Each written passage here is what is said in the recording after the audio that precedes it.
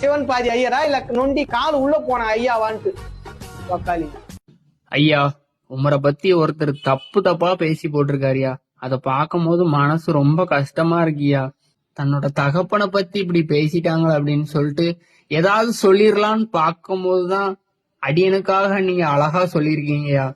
சாபத்தை கூறாதே தன்னளவு வந்தாலும், அதாவது உயிர் போகும் நிலைமை வந்தால் கூட யாருக்கும் சாபம் கூறாதே அப்படின்னு சொல்லிட்டு சொல்லியிருக்கீங்க. சரி, வேற ஏதாவது சொல்லலாம்னு பார்த்தா அதுக்கும் நீங்க அழகா தன்னோட மகனுக்காக சொல்றீங்கய்யா. ஒருவரோடும் பிணங்கி உரையாதே என் மகனே அப்படின்னு சொல்லிட்டு சொல்றீங்கய்யா. ஒருத்தரோட மனசு கஷ்டப்படுற அளவுக்கு பேசாதன்னு சொல்லிட்டு சொல்றீங்கய்யா. உமரோட விளையாட்டு அன்பு குடிமக்கள் எங்களுக்கு நல்லா தெரியுங்கய்யா. அந்த விளையாட்டு எப்படி இருக்குன்னு கொஞ்சம் அந்த மக்களுக்காக சொல்லுங்கய்யா.